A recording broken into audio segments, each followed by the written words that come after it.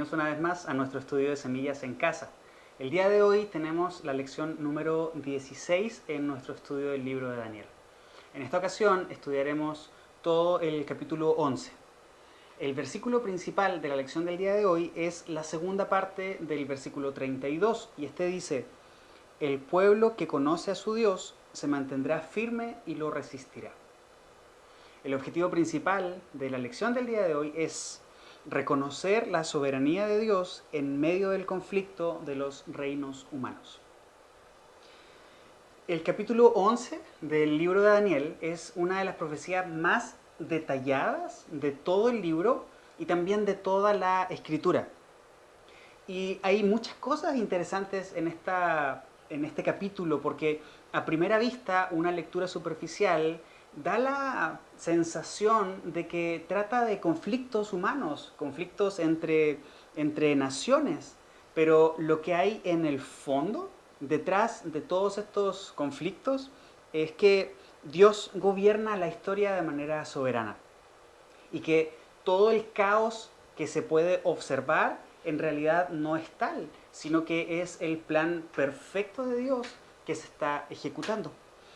Este capítulo nos enseña también que el orgullo humano sigue oponiéndose a Dios y sigue oponiéndose, por supuesto, también a la verdad, pero que el pueblo que conoce a su Dios resistirá y brillará con sabiduría en medio de la oscuridad. Meditemos entonces en la soberanía de Dios y en que el poder humano es temporal.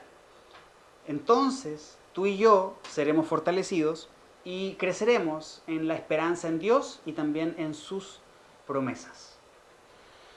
Te invito a leer todo el capítulo 11 del libro de Daniel antes de entrar a nuestros puntos de desarrollo. La lección del día de hoy, como te decía en la introducción, aborda uno de los capítulos en los que se detalla de manera mucho más específica la visión y todo este aspecto profético. Entonces hay muchos elementos que nos pueden perder a medida que vayamos avanzando en la lectura. ¿Y a quién se refiere? Vemos a un rey que se levanta, vemos a otro que se levanta, vemos a uno que cae, después vamos a caer a otro. Entonces, si leemos el pasaje una sola vez, vamos a terminar perdidos, porque honestamente es un pasaje difícil. Creo yo que es el pasaje más difícil del libro de Daniel.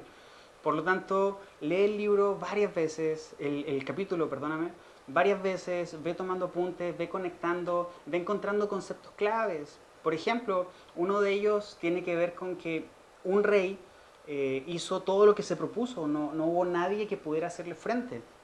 Eso está en los primeros versículos del capítulo. Pero más adelante esta característica se repite en otro rey y luego al final se repite en otro rey. Como te digo, se revela el orgullo humano levantándose en contra de la verdad y en contra de Dios. Bueno, una vez que hayas leído todo el capítulo y hayas hecho tus anotaciones, entonces vamos a considerar este capítulo en 3 secciones. Y por ser un capítulo largo y también por tener un nivel tan alto de detalle, no nos vamos a ir, no vamos a poner atención en versículos particulares, sino que vamos a considerar 3 porciones del capítulo y vamos a centrarnos en la idea central que tiene cada una de estas porciones. Este capítulo es interesante porque podemos rastrear a cada uno de los personajes que se mencionan en esta profecía del capítulo 11 en la historia. Y eso sería algo muy interesante de poder hacer. Por tiempo no lo podemos hacer.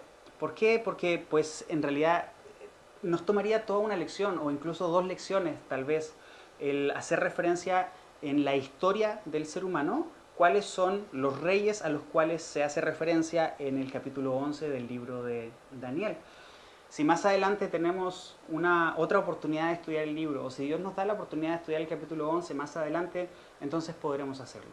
En esta ocasión, como te digo, vamos a continuar la línea que hemos venido caminando, o el camino que hemos venido transitando, en cuanto a obtener el principio que está debajo o detrás de lo que se ve a simple vista, y que tiene que ver con la soberanía de Dios. Recuerda que el tema central del libro es la soberanía de Dios y cómo debe conducirse el pueblo de Dios en medio del exilio. Entonces, antes de entrar al capítulo 11, recuerda que el capítulo 10, 11 y 12 corresponde a un solo momento en la vida de Daniel. La semana pasada estudiamos el capítulo 10 como la introducción a la visión que hoy estudiaremos. Y en el capítulo 10, una de las conclusiones a las que llegábamos es que hay una unidad entre la esfera espiritual y la esfera física, lo que podemos nosotros sentir, ver, observar, palpar. No son realidades que se deban separar y que por lo tanto lo que sucede en la esfera de lo visible, de lo natural, en la que tú y yo estamos inmersos, responde a cosas que suceden en lo espiritual. En el capítulo 10 veíamos al mensajero de Dios que llegaba con Daniel a explicarle algunas cosas. Se mencionaban algunos príncipes de Persia, de Grecia, y también quien vigilaba al pueblo de Dios. Y como te digo, la conclusión a la que llegábamos es que el mundo espiritual tiene una manifestación en lo natural y que todo lo que sucede en lo natural tiene también, podemos rastrearlo al ámbito o a la esfera de lo espiritual. Eso por una parte, ¿no? Entonces, capítulo 10, 11 y 12 es una sola unidad, una sola estructura. Por otro lado, antes de entrar al capítulo 11, recordemos que a lo largo del estudio de Daniel nos encontramos con dos momentos que suman o que apuntan hacia lo que vamos a ver el día de hoy. Uno es cuando Nabucodonosor tiene el sueño de la estatua, con la cabeza de oro, ya sabes, ¿no? Los distintos materiales. Y cada uno de estos materiales representaba a una sucesión de imperios: el imperio babilonio, medo-persa, griegos y finalmente el imperio romano. Y que en ese sueño una roca venía desde el cielo y destruía esa estatua y crecía hasta cubrir toda la tierra, apuntando hacia el reino de Dios, que destruye todos los reinos humanos y que se instaura como el reino verdadero. Luego en los capítulos 7 y 8 se repiten estos elementos, pero ahora en forma de bestias. Se observan 4 bestias en esta visión y se profundiza un poco más en lo que se había visto en el capítulo 2, en el sueño de Nabucodonosor. En esta ocasión se va a profundizar más todavía en este aspecto de la sucesión de imperios, enfocándose en el imperio persa o los medo-persas y en el imperio griego. Y también da un vistazo hacia lo que ocurre posterior al imperio griego, que se puede rastrear al imperio romano o hacia los últimos tiempos. Por lo tanto, vamos a entrar ahorita a estudiar nuestro pasaje. La primera división del capítulo 11 la tenemos desde el verso 1 hasta el versículo 20.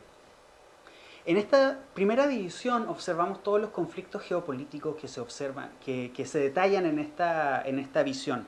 Se menciona al principio los reyes persas y también la caída del imperio persa. En el versículo 3 se menciona el surgimiento del imperio griego y también la fragmentación de este en cuatro partes. Y también se mencionan guerras entre el reino del norte y el reino del sur. Respecto a los reyes persas, el cuarto rey se puede rastrear al rey Jerjes o el rey Asuero, el mismo que se menciona en el libro de Esther. Y esta transición entre este rey Jerjes, que fue el último rey persa, a el levantamiento del imperio griego a manos de Alejandro Magno. El reino del norte es el reino de los Seleucidas, ubicado en Siria, y el reino del sur es el reino de los Ptolomeos, ubicado en Egipto. ¿De dónde salen estos Seleucidas y los Ptolomeos?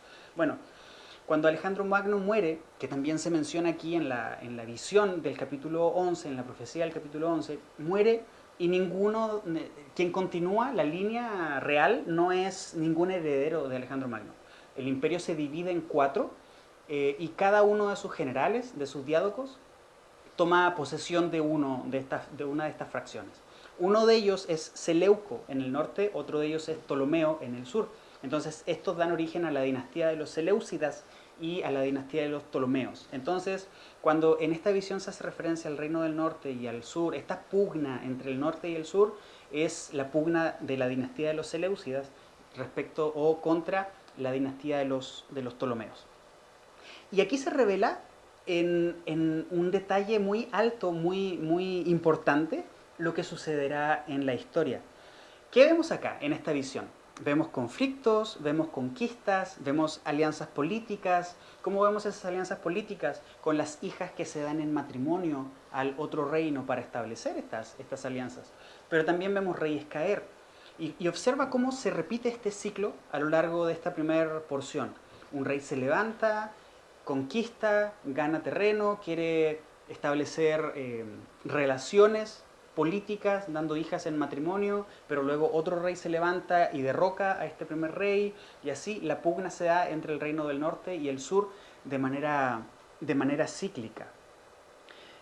Isaías capítulo 46, versículos 9 al 11 dice: recuerden las cosas que hice en el pasado, pues solo yo soy Dios. Yo soy Dios y no hay otro como yo. Solo yo puedo predecir el futuro antes de que suceda. Todos mis planes se cumplirán porque yo hago todo lo que deseo. Llamaré a una veloz ave de rapiña desde Oriente, a un líder de las tierras lejanas, para que venga y haga lo que le ordeno.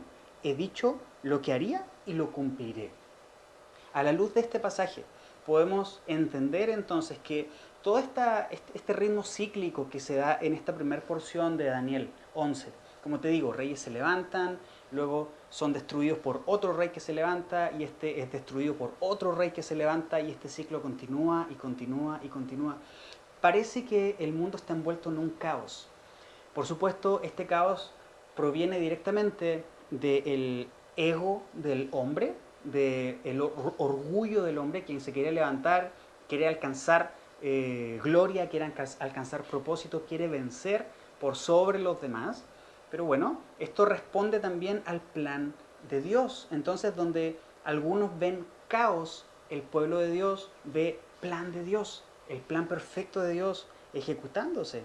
Hechos capítulo 17, versículos 25b al 26, dice: Él, Dios, es quien da vida y aliento a todo y satisface cada necesidad.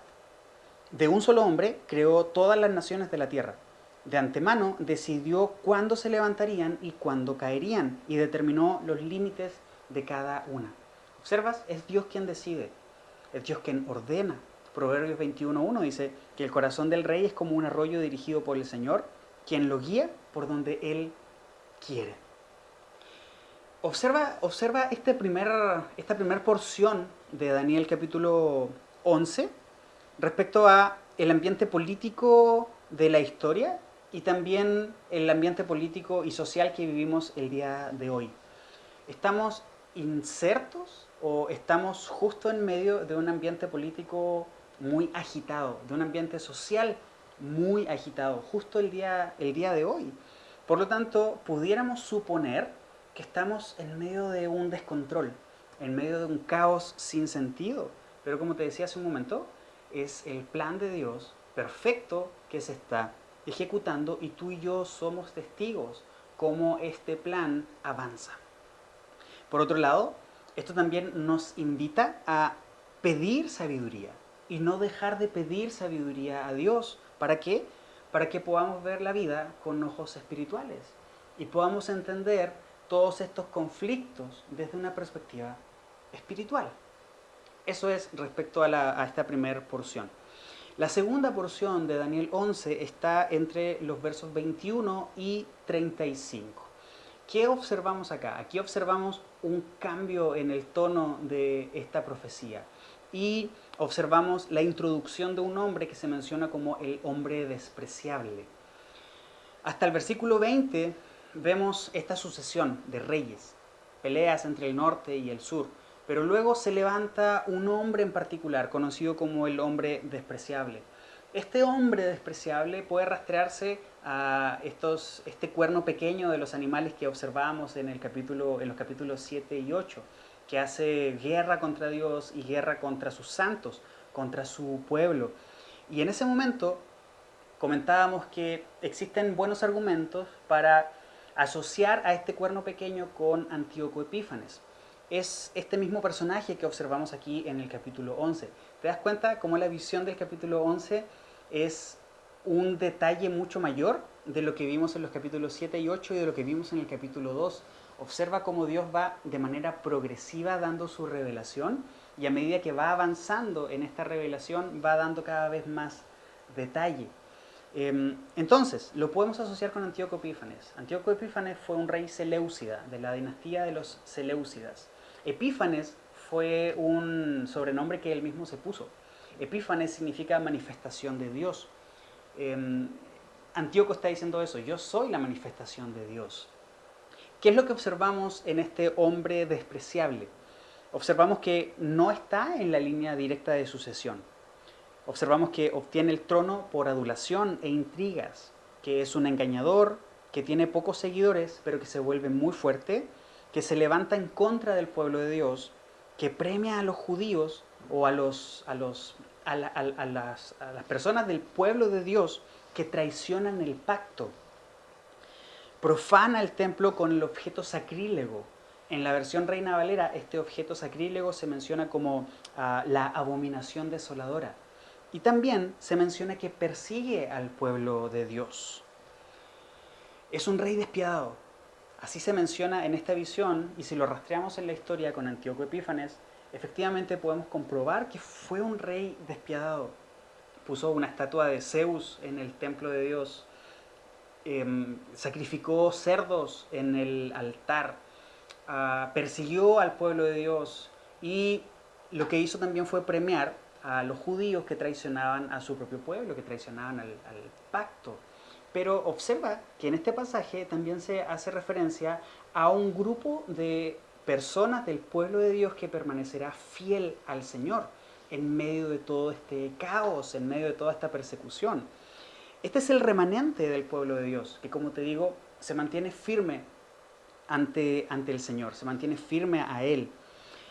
Y la característica de este remanente que se mantiene firme a Dios, lo dice ahí este pasaje, es que conoce a su Dios. Lo leíamos en el versículo central de la lección del día de hoy.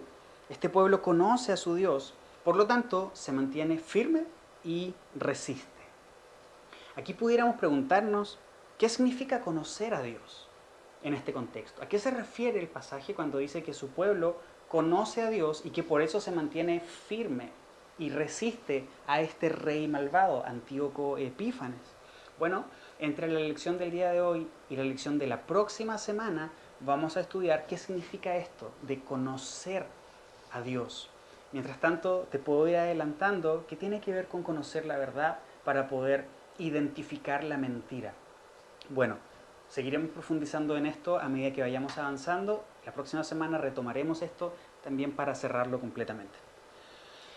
Algo que observamos también es que la capacidad que tiene este remanente para perseverar no es una capacidad propia de esas personas. No es que las personas digan o en sus propias fuerzas y capacidades puedan soportar y perseverar. Bueno, la gracia de Dios es la que capacita a su pueblo para poder perseverar. Puedes ir al Salmo 37, versículos 23 y 24, a 1 de Pedro capítulo 1, versículo 5, para asentar esta realidad. Si el pueblo de Dios tiene la capacidad para perseverar, si los judíos perseguidos por Antíoco Epífanes tuvieron la capacidad de perseverar, si tú y yo el día de hoy tenemos la capacidad de perseverar, es porque es la gracia de Dios quien nos capacita para ese propósito. Por lo tanto, es Dios quien nos guarda y es Dios quien nos permite perseverar. También se observa que este remanente va a atravesar por sufrimiento, serán perseguidos y algunos de ellos serán muertos también. Eso efectivamente ocurrió en la persecución de Antíoco Epífanes al pueblo judío. Bueno, Dios permite el sufrimiento para purificar a los suyos, así lo dice este pasaje. ¿Qué significa esto? ¿Qué significa que el sufrimiento purifica o que el sufrimiento santifica al pueblo de Dios? Para responder a esta pregunta, quiero invitarte a Romanos, capítulo 5, versículos 3 al 5. Observa lo que dice este pasaje. También nos alegramos al enfrentar las pruebas y dificultades, porque sabemos que nos ayudan a desarrollar resistencia. Observa.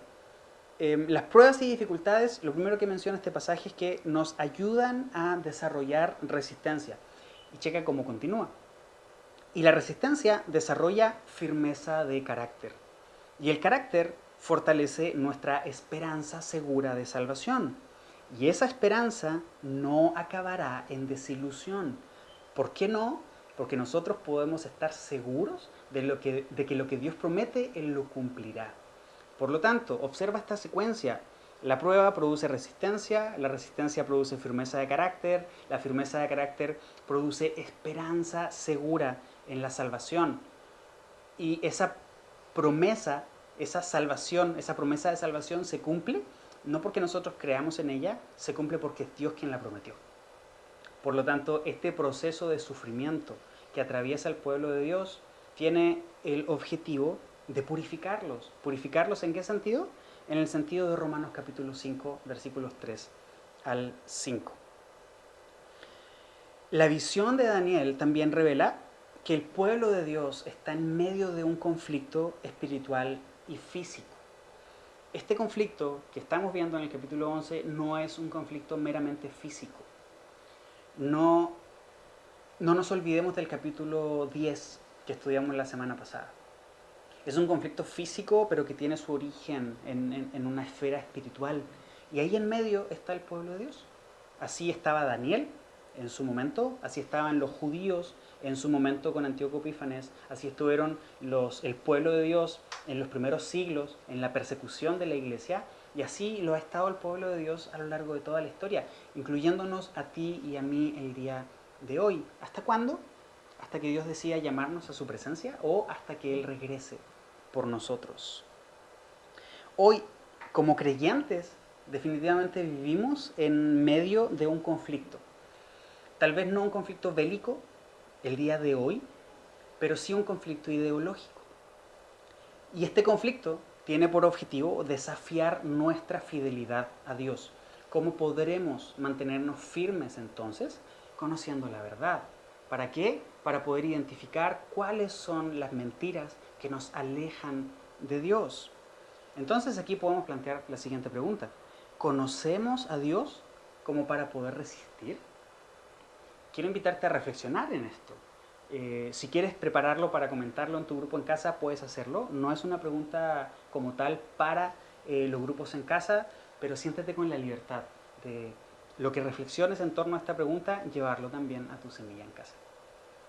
En tercer lugar, desde los versos 36 al 45 observamos el rey final y su destrucción.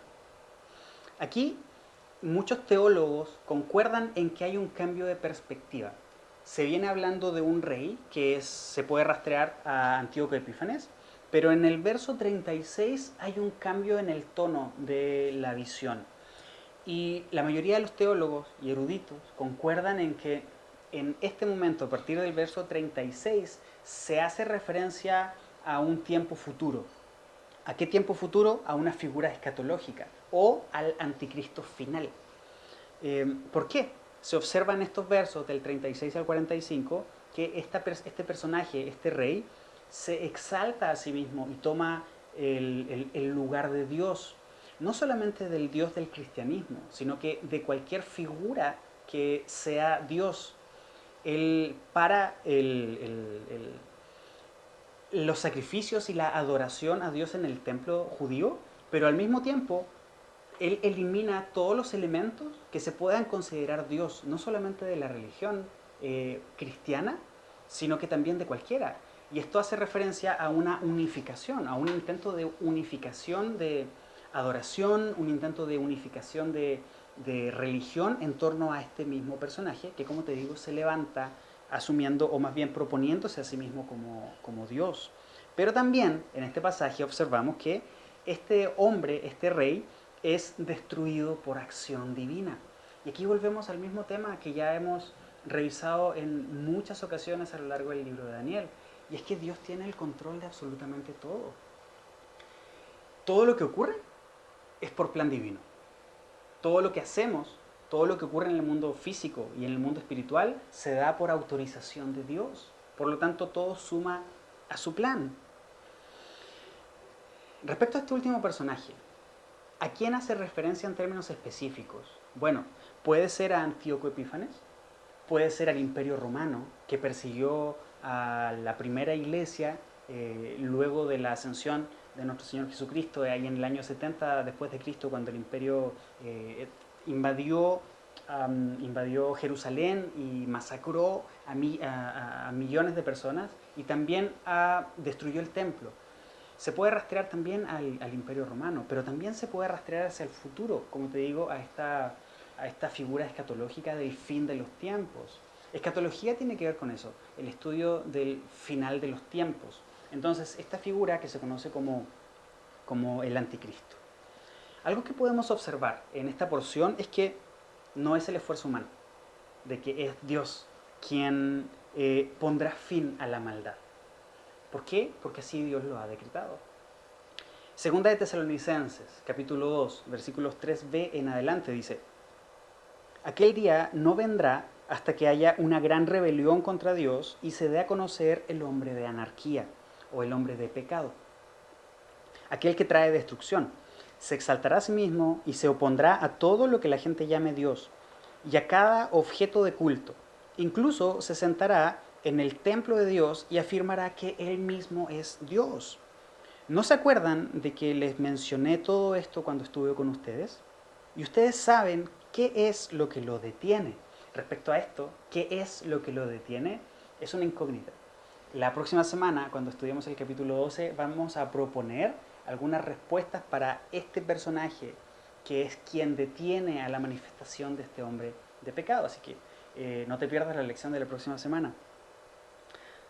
Entonces, ustedes saben qué es lo que lo detiene, porque solo puede darse a conocer cuando llegue su momento, pues esa anarquía ya está en marcha en forma secreta y permanecerá secreta hasta que el que la detiene se quite de en medio. Entonces el hombre de anarquía será dado a conocer, pero el Señor Jesús lo matará con el soplo de su boca y lo destruirá con el esplendor de su venida. ¿Te das cuenta? El final ya está asegurado. Dios determinó cuál será el final. ¿Por qué? Porque solamente Él tiene el poder de destruir el mal completamente. Puedes ir a el Salmo 2 y también a Apocalipsis capítulo 13 y capítulo 19. No nos dejemos dominar por el miedo. El mal se intensificará y continuará intensificándose, pero el final está asegurado. Y al final, tú y yo ganamos. Independiente de cuál sea la postura teológica que tú y yo tengamos respecto a si hay milenio, si no hay milenio, si hay rapto, si no hay rapto, observa, independiente de todo eso, al final Dios vence. Y al final el plan de Dios se consuma totalmente. Entonces, vivamos con una esperanza centrada en Dios y en su regreso. Observa esta postura. No es enfocarme en el ahora, sino que es enfocarme en el futuro y vivir el presente a la luz del futuro. ¿Por qué? Porque esperamos el regreso de nuestro Señor Jesucristo. Esperamos la consumación del reino de Dios. Esperamos la destrucción del mal. Esperamos la glorificación de nuestros cuerpos. Esperamos poder estar en la presencia del Señor y verle a Él cara a cara. Y esa es la promesa del Señor. Entonces, observa que a partir de este capítulo podemos tener una serie de elementos que Dios nos advierte. Dios usa esto para advertirnos respecto a cómo irá transcurriendo la historia. Pero el propósito no es darnos temor, el propósito es darnos esperanza. Recuerda que el propósito de la literatura apocalíptica es ese: producir esperanza y producir santificación en el pueblo de Dios. ¿Por qué? Porque al final todo está bajo la soberanía de Dios. Como conclusiones finales de este capítulo, en primer lugar podemos observar la providencia de Dios. Y ahí la vemos en este capítulo. El Señor es soberano y tiene un plan que está en marcha. Y nada ni nadie detendrá ese plan. No observemos caos, observemos el plan de Dios. En segundo lugar, vemos también la manifestación de anticristos. Y lo digo en plural. Si vas a 1 de Juan capítulo 2, versículo 18 al 22, vas a observar esto. Y de hecho, este pasaje de 1 de Juan capítulo 2 nos ayuda a profundizar en esta pregunta que te hacía hace un rato. ¿Qué significa conocer a Dios? Bueno, respecto a esto, a lo largo de la historia se han presentado muchos anticristos. Aún falta la revelación de este último anticristo, al cual hacen referencia todos estos personajes de la historia y hacia dónde apuntan como la manifestación final. Pero es Dios quien tiene la victoria asegurada. Nunca perdamos de vista esta realidad. En tercer lugar, una de las conclusiones también que podemos obtener de este pasaje es respecto al remanente fiel.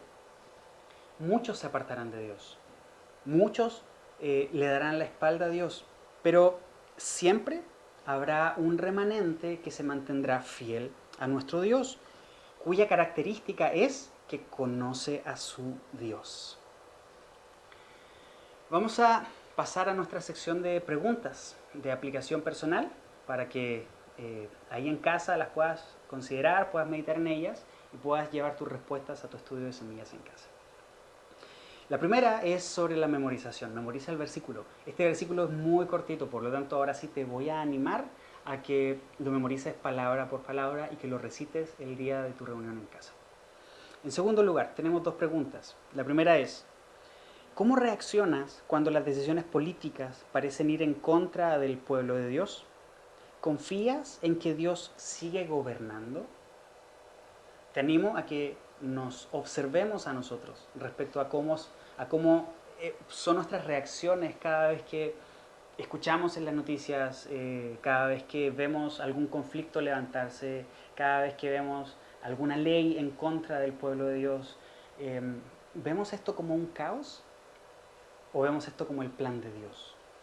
Son posturas diametralmente opuestas. Esto no significa que sea fácil, por supuesto que no estoy diciendo eso. Lo que quiero decir es, tener la perspectiva correcta nos ayuda a enfocar. Y de esa manera podemos apuntar correctamente nuestra mirada hacia Dios, sabiendo que lo que ocurre está bajo su control soberano. Medita entonces en estas preguntas. En tercer lugar, ¿formo parte del remanente fiel a Dios o estoy viviendo una fe cómoda y superficial? Esta pregunta es interesante porque todos quienes nos declaramos seguidores de Cristo queremos ser parte de este remanente fiel y nos consideramos a nosotros mismos como parte del remanente fiel. Si le preguntas a cualquier cristiano esto, creo que naturalmente la primera respuesta es sí, por supuesto, soy parte de ese remanente fiel. Bueno, entonces, ¿cómo podemos profundizar en esto?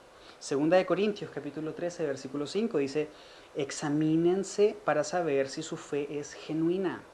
Pruébense a sí mismos. Es la invitación del apóstol Pablo, es la invitación de Dios a través de él para nosotros. Probémonos para saber si nuestra fe es una fe genuina y de esa forma contestar esta pregunta. Tenemos que usar también el filtro de que el pueblo de Dios conoce a su Dios, este remanente fiel lo conoce. Entonces, ¿qué significa conocer a Dios? Necesitamos también profundizar en eso. Y te decía hace un rato que puedes ir a la cita de Primera de Juan, capítulo 2. Hace referencia a la verdad. Quien conoce la verdad puede detectar la mentira.